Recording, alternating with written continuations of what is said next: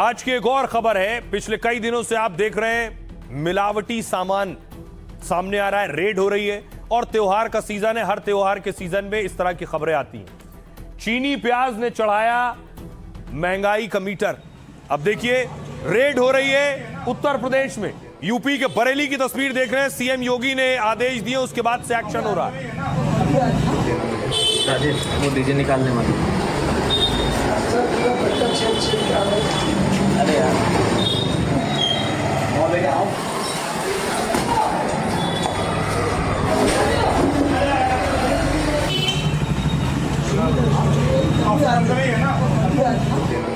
राजेश वो डीजे निकालने वाले।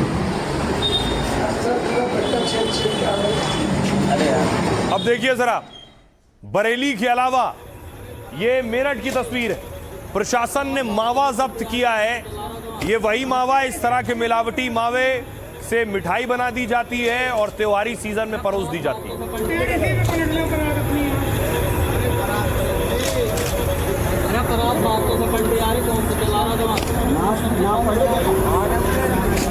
अब इंदौर लिए चलता हूं आपको। इंदौर में देखिए, इंदौर का बड़ा होटल है, 5 स्टार होटल में रेड हुई है।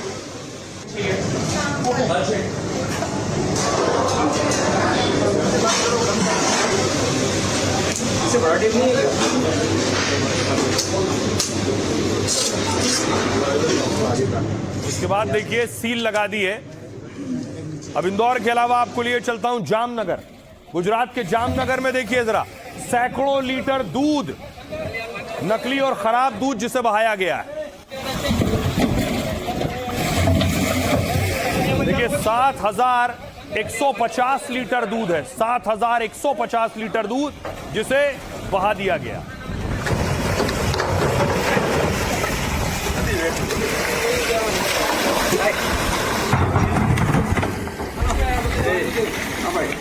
अब देखिए इसी तरह रास्ते में मध्य प्रदेश में एक तेल का टैंकर जा रहा था। तेल का टैंकर पलट गया और तेल की लूट शुरू हो गई। ये मध्य प्रदेश के गुना की तस्वीर है।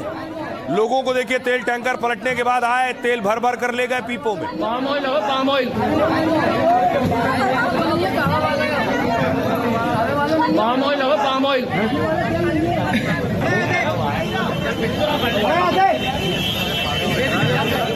अब देखिए हापुड़ से तस्वीर सामने आई। हापुड़ में, यूपी के हापुड़ में मिलावटी मावा पर एक्शन हुआ।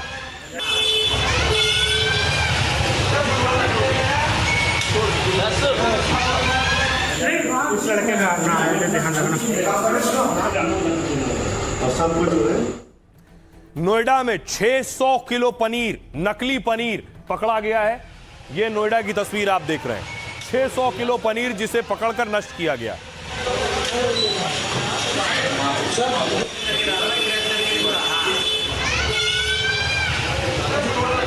तो योगी ने सख्त ऑर्डर दे दिए, जो नकली बेच रहा है या फिर अवैध तरीके से जमाखोरी कर रहा है, उन सब पर एक्शन लिया जाएगा। इसकी शुरुआत चीनी से हुई। देखिए देश में पिछले कुछ दिनों से चीनी सबसे ज्यादा चर्चा में, क्योंकि त्योहारी सीजन में चीनी के दाम काफी बढ़ गए। ऐसे में शीर्ष चीनी उत्पादक राज्य में एक्शन शुरू हो गया है।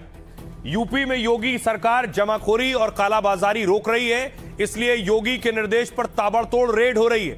बरेली में जिला आपूर्ति विभाग ने श्यामगंज मंडी में छापा मारा है। अचानक टीम के आने से मंडी व्यापारियों में हड़कंप मच गया है।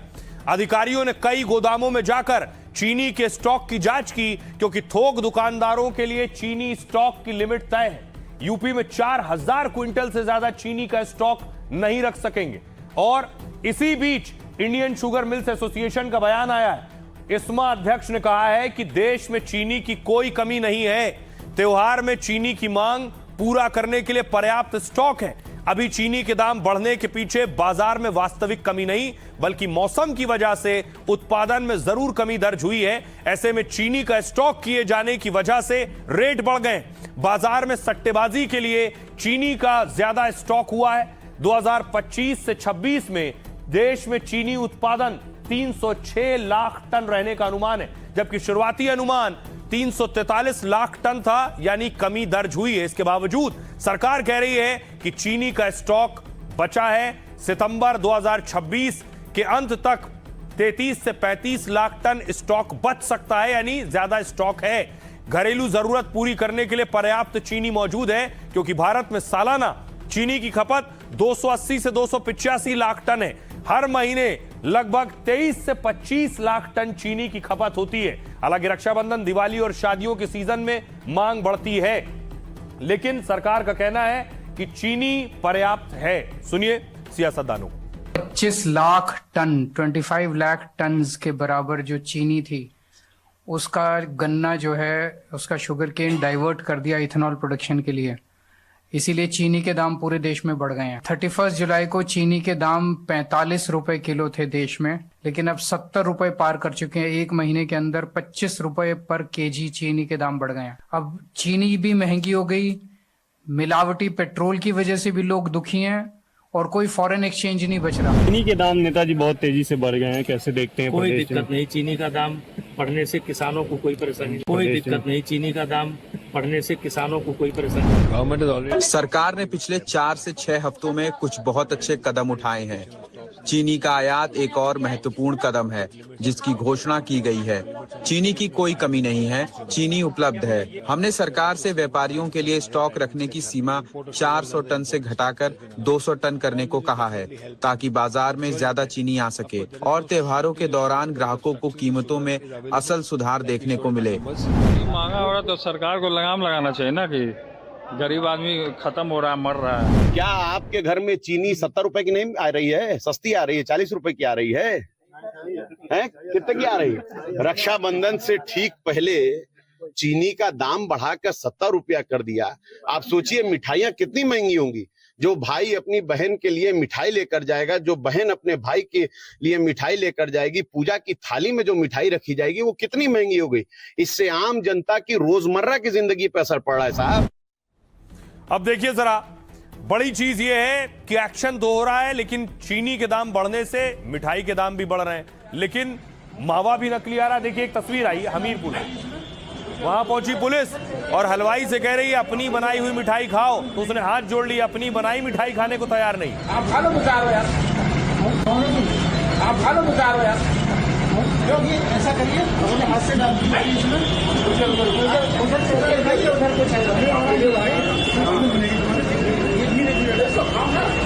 अब देखिए जरा क्या रेट चल रहा है चीनी का आपके शहर में। अलग अलग शहरों के रेट आ गए। दिल्ली में 60 से 70 रुपए किलो चीनी मिल रही है, मुंबई में 65 से 70 रुपए किलो चीनी है, कोलकाता में दाम पहुंच गए हैं 64 से 70 रुपए के बीच। इसके अलावा लखनऊ देखिए 65 से 68 रुपए में चीनी लखनऊ में है, पटना में भी 65 से 68 का रेट है, और पंजाब में देखिए 65 रुपए किलो चीनी मिल रही है। ये तो चीनी के दाम हो गए, लेकिन चीनी के दाम आखिर बढ़ क्यों रहे हैं? क्या वजह है बढ़ने के पीछे? और चीनी के दाम बढ़ेंगे तो इसका असर मिठाई पर भी पड़ेगा। देखिए रक्षाबंधन से ठीक पहले मिठाई पर महंगाई की मार पड़ रही है। चीनी महंगी होने की वजह से मिठाई के दाम बढ़ने लगे, क्योंकि त्योहारी सीजन में मिठाइयों की मांग तेजी से बढ़ती है। खासकर रक्षाबंधन, गणेश उत्सव, दिवाली पर डिमांड ज्यादा हो जाती है।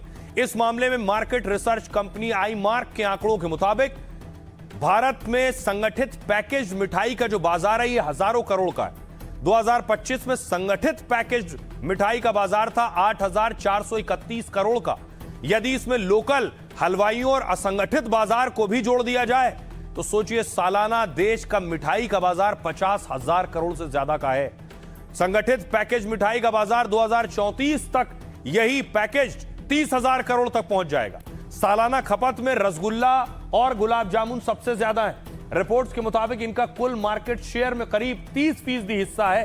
देहरादून की हलवाई समिति के अध्यक्ष आनंद गुप्ता ने बताया, लगातार चीजें महंगी हो रही हैं, जिससे मिठाइयों के दाम बढ़ाने पड़ रहे हैं। आनंद गुप्ता ने कहा कि हमारी समिति में लगभग 110 दुकान है। समिति ने बैठक में तय किया है कि 10% दामों में बढ़ोतरी करेंगे, यानी इन दुकानों पर मिठाइयों के दाम 10% बढ़ जाएंगे। दरअसल मिठाई बनाने के लिए करीब 25 चीजों की जरूरत पड़ती है और इनमें ज्यादातर के दाम बढ़ चुके हैं। गैस सिलेंडर भी महंगा हो गया है। कमर्शियल सिलेंडर 1526 रुपए से बढ़कर 3,000 रुपए का हो गया है। यह वजह है जिसने मिठाइयों के दाम बढ़ा दिए हैं। रक्षाबंधन पहले आ रहा है, जिसमें सबसे ज्यादा मिठाइयां इस्तेमाल होती हैं। देखिए जरा मिठाइयों के दाम कैसे बढ़ गए पिछले कुछ वक्त में। ये आपके सामने मिठाइयों की रेट लिस्ट है। सबसे पहले देखिए सोहन हलवा, जो इसी महीने पिछले साल अगस्त में 1000 रुपए का था, सोहन हलवा अब हो गया है 1100 रुपए का, 10% की बढ़ोतरी है। लड्डू देसी घी वाला जो 600 रुपए का था अगस्त में 2025 में, वो 680 का पहुंच गया है, 13% की बढ़ोतरी है। पिस्ता बर्फी एक साल पहले 560 की थी, अब 680 में हो गई है, 21% की बढ़ोतरी है। इमरती 360 रुपए किलो थी अगस्त में 2025 में, अब 440 में मिल रही है, 22% की बढ़ोतरी है। कलाकंद जो 600 रुपए में था 680 रुपए में हो गया है, 13% की बढ़ोतरी के साथ। मिक्स मिठाई जो 480 रुपए किलो थी 680 रुपए किलो है, 42% की बढ़ोतरी हुई है। मिल्क केक में 600 रुपए किलो मिल्क केक जो मिलता था वो 680 में हो गया है, 13% की बढ़ोतरी हुई है। डोडा बर्फी 600 रुपए किलो मिलती थी, अब 680 रुपए किलो मिल रही है, इसमें भी 13% की बढ़ोतरी हुई है। जलेबी देखिए 280 रुपए किलो की जलेबी का रेट था, अब 320 रुपए किलो हो गया है, 14% की बढ़ोतरी हुई है। गुलाब जामुन एक पीस जो 20 रुपए में था वो 25 रुपए पहुंच गया है, 25% की बढ़ोतरी। रसगुल्ला एक पीस 25 से दाम 30 रुपए हो गए, 20% की बढ़ोतरी हुई है। अब इस बार रक्षाबंधन में ज्यादा पैसे खर्च करने पड़ सकते हैं। सुनिए जरा क्या कुछ कह रहे हैं हलवाई और मिठाई व्यापारी। जो मिठाई जिस रेट से बेच रहा है उसके ऊपर वो अपने 10% का इजाफा कर लेगा। मान लो 68 रुपए किलो वो मिठाई बेच रहा था, 680 रुपए किलो मिठाई बेच रहा था, तो वो 68% में 10% बढ़ा के 6 रुपए 80 पे तो 68 रुपए बढ़नी चाहिए, तो वो 70 रुपए बढ़ा लेगा। तो इस तरीके से हम लोगों ने जायज करा है। इनके 800 रुपए किलो का 80 रुपए बढ़ गया, 10% के हिसाब से 880 हो गई इनकी। तो सब 50 रुपए से और 80 रुपए किलो की तेजी आएगी। आपको लगता है कि रेट अभी कब तक ये आप बढ़ेंगे रेट? ये 2-4 दिन में बढ़ जाएंगे। अब आपको बताऊं कि आखिर क्यों महंगी हो रही है मिठाई, क्योंकि मिठाई में सिर्फ चीनी नहीं पड़ती है, मिठाई में बहुत सी चीजें पड़ती हैं और सबके दाम बढ़ गए पहले के मुकाबले अब तक। देखिए जरा चीनी जो 44 रुपए किलो थी इसी महीने में, पिछले साल वो अब 70 रुपए किलो हो गई है, 60% की बढ़ोतरी चीनी में हो गई है। पिस्ता जो मिठाई में पड़ता है 1950 रुपए किलो था, अब 4500 रुपए किलो हो गया पिस्ता, 130% की बढ़ोतरी। मूंग दाल अगस्त 2025 में 100 रुपए किलो था, अब अगस्त 2026 में 138 रुपए किलो बढ़ोतरी हुई, 38% की बढ़ोतरी। इलायची छोटी अगस्त 2025 में 2600 रुपए किलो थी, अब 2026 में 3200 रुपए किलो है, 23% की बढ़ोतरी हुई। वनस्पति घी 140 रुपए किलो था, अब 170 रुपए किलो हो गया, 21% की बढ़ोतरी हुई। देसी घी जो 620 रुपए किलो था वो अब 720 रुपए किलो हो गया, 16% की बढ़ोतरी। रिफाइंड तेल 137 रुपए किलो था, 165 रुपए किलो पहुंच गया है, 20% का इजाफा हुआ है। आटा अगस्त 2025 में 32 रुपए किलो था, जो 35 रुपए किलो हुआ है, इसमें 9% की बढ़ोतरी। मैदा में जो 33 रुपए किलो मिल रहा था पिछले साल वो अब 35 रुपए किलो है, इसमें भी 6% की बढ़ोतरी। वहीं बेसन में जो 80 रुपए किलो था वो 85 रुपए किलो हो गया, 6% की बढ़ोतरी। किशमिश में 450 रुपए किलो जो किशमिश मिलती थी वो 480 में मिल रही है, 7% की बढ़ोतरी। ये संभावित दाम है। अब आपको बताऊं, बहुत से लोग ये दावा कर रहे हैं और खासतौर पे सियासतदान ये कह रहे हैं कि चीनी कम हो रही। चीनी भारत दूसरे देशों से भी मंगा सकता है, उसमें ब्राजील टॉप पर है। देखिए कौन से देश है जहां चीनी का उत्पादन सबसे ज्यादा होता है। ब्राजील में सबसे ज्यादा दुनिया में चीनी उत्पादन ब्राजील में होता है, 4 करोड़ 38 लाख टन चीनी। दूसरे नंबर पर दुनिया में भारत आता है, 3 करोड़ टन चीनी का उत्पादन भारत में होता है। चीन में देखिए 1 करोड़ 26 लाख टन चीनी का उत्पादन चीन में होता है, तीसरे नंबर पर चीन है। थाईलैंड में 1 करोड़ 10 लाख टन चीनी का उत्पादन है। अमेरिका में 85 लाख टन चीनी का प्रोडक्शन होता है।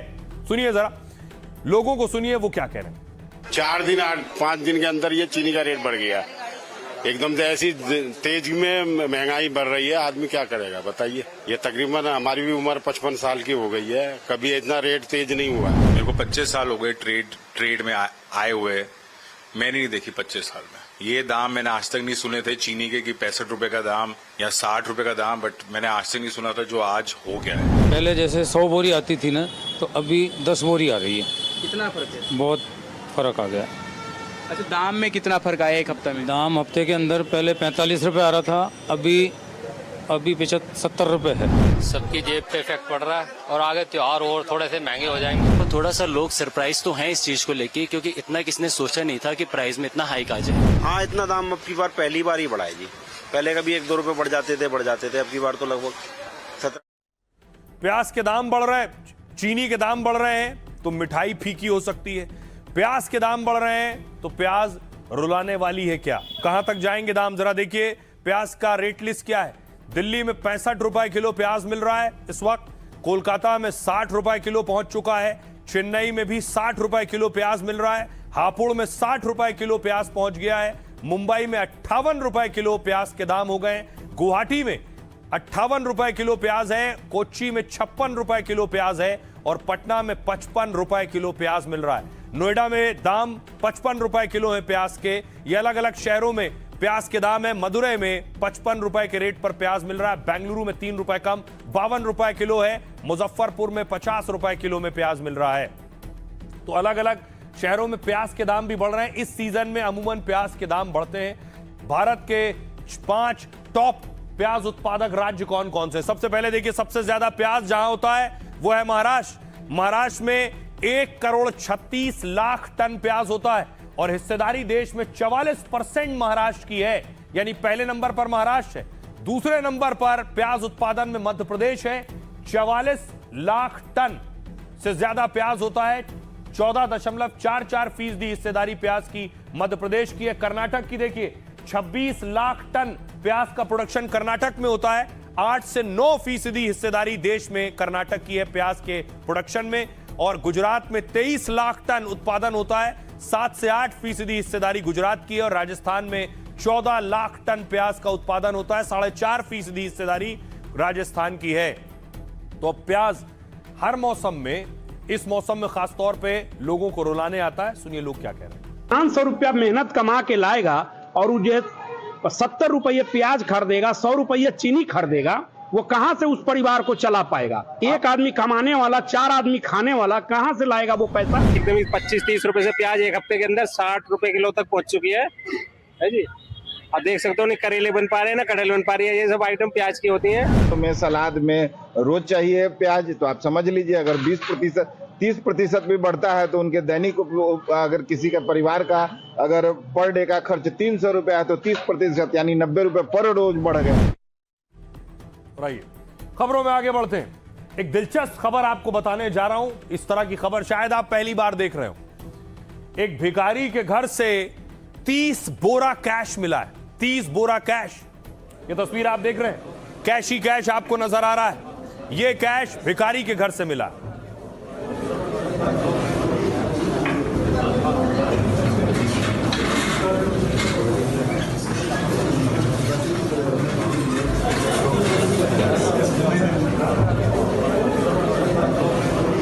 अब देखिए जरा, उसके बाद सिक्कों की गिनाई शुरू हुई।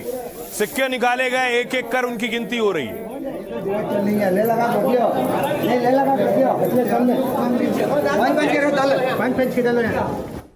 अब आइए आपको बताऊं, एक भिखारी के घर से इतना पैसा कैसे मिला। सभी अचंभित हैं। भिखारी से करोड़ों का कैश मिलने का मामला कर्नाटक के मांड्या का है। यहां की हुरुन निसा लंबे समय से भीख मांगकर गुजारा कर रही थी। सोचिए, वो 10 बाय 10 के कमरे में, किराए के कमरे में अकेली रह रही थी। रविवार को गंभीर बीमारी की वजह से अचानक उनकी मौत हो गई। मौत के बाद कमरे की तलाशी ली गई तो करोड़ों का कैश मिला। बताया जा रहा है नकदी से भरी 30 से ज्यादा बोरियां कमरे में रखी थी। इन पैसों की गिनती हुई तो 10 बोरियों में 8 से 10 लाख रुपए कैश निकले, जबकि अभी भी 20 से ज्यादा बोरियों में मिले पैसों की गिनती बाकी है। घर से बरामद सारी नकदी को पास की मस्जिद को सौंप दिया गया है। स्थानीय नेताओं ने महिला भिखारी के रिश्तेदारों को भी जानकारी दी। उनका कहना है कि आगे पैसों की गिनती उनकी मौजूदगी में होगी और फिर तय किया जाएगा कि यह पैसा किसे सौंपा जाएगा। 2011 की जनगणना के मुताबिक भारत में 4 लाख से ज्यादा भिखारी हैं। इसमें 2,21,000 पुरुष और 1,19,000 महिला भिखारी। पश्चिम बंगाल में सबसे ज्यादा करीब 81,244 भिखारी हैं। इसके बाद नंबर उत्तर प्रदेश का है, जहां 65,835 भिखारी मौजूद हैं। फिलहाल कर्नाटक में महिला भिखारी से मिले कैश की चर्चा पूरे देश में हो रही है। अब आपको बताऊं कि ये तो वो महिला जिसके पास से 20 बोरे मिले। अब देश में जो करोड़पति भिखारी हैं वो कौन कौन है, उनकी तस्वीर मैं आपको दिखा दूं। भरत जैन, मांगीलाल और पप्पू कुमार। इसमें कई वो भी हैं जो अब कहते हैं नहीं, वो तो भीख नहीं मांगते, लेकिन देखिए भीख मांगकर कितनी और कैसे कमाई की है इन लोगों ने, वो मैं आपको दिखाऊंगा। देखिए जरा कौन कौन उस लिस्ट में है। इन्हें दुनिया का सबसे अमीर भिखारी माना जाता है जिन्हें आप देख रहे हैं इस वक्त। 54 साल के भरत 40 साल से भीख मांग रहे हैं और इनके पास 7.5 करोड़ की संपत्ति होने का दावा है। कहा जाता है कि मुंबई में वो 2 फ्लैट के मालिक हैं, जबकि ठाणे में 2 दुकानें हैं जिनसे किराया आता है। ये है मंगीलाल, इंदौर के चर्चित करोड़पति भिखारी और फाइनेंसर। वो इंदौर के मशहूर सर्राफा बाजार में 8 साल से भीख मांग रहे हैं। कहते हैं वो हर दिन 1000 से 2000 रुपए कमाकर ब्याज पर पैसा दे देते हैं। प्रशासन ने उनका रेस्क्यू किया, उन्हें निकाला तो संपत्ति का खुलासा हुआ। पता चला कि इनके पास 3 मंजिला मकान है, 3 घरों के मालिक हैं ये। इसके अलावा इनके पास 3 ऑटो हैं, 1 कार भी मौजूद है। एक और नाम, इन्होंने हादसे में पैर कटने के बाद पप्पू 8 साल से पटना में भीख मांग रहे हैं। दावा किया जाता है कि वो करीब 1 करोड़ 25 लाख की संपत्ति के मालिक हैं। पटना में पप्पू कुमार के पास 2 जगहों पर कीमती जमीन मौजूद है, जबकि उनका बेटा एक मशहूर इंग्लिश मीडियम स्कूल में पढ़ रहा है। हर दिन वो भीख मांगकर 700 से 1000 से ज्यादा कमा लेते हैं। अब आपको दिखाऊं, ये तो देश की बात हो गई। दुनिया में कौन सा मुल्क भिखारिस्तान है और भीख मांगने में आगे है? वो इकलौता देश है, नंबर 1 देश है पाकिस्तान। पाकिस्तानी अपने देश में भी भीख मांगते हैं और वीजा पासपोर्ट लेकर विदेशों में भी भीख मांगते हैं। एक बात सुनिए, कहां से आप? बेगैरत किस्म के लोग हैं ये। किधर भाग रही हो आप? किधर से हैं आप? मुझे बताएं आप कहां से हैं? आइए अब आपको बताऊं, दुनिया में नंबर 1 भिखारी पाकिस्तान आखिर कैसे बन गया। बहुत से मुल्क पाकिस्तान के भिखारियों से परेशान है, उसमें सऊदी अरब भी है। भिखारियों के मामले में दुनिया का नंबर 1 देश है पाकिस्तान। यहां करीब 3 करोड़ 80 लाख के आसपास भिखारी हैं, जो कि पाकिस्तान की कुल आबादी का करीब 16% है। भीख मांगना यहां 4 लाख करोड़ का कारोबार बन चुका है, जबकि पाकिस्तानी भिखारी दुनिया के लिए मुसीबत बन गए। सऊदी अरब, यूएई में पकड़े जाने वाले 90% भिखारी पाकिस्तानी हैं। 5 महीनों में खाड़ी देशों ने 22,000 पाकिस्तानियों को वापस भेजा है। यह दावा पाकिस्तानी मीडिया की एक रिपोर्ट में किया गया है। इन लोगों को भीख मांगने और अवैध घुसपैठ के कारण खाड़ी देशों से निकाला गया। पाकिस्तान से सबसे ज्यादा भिखारी सऊदी अरब भीख मांगने जाते हैं।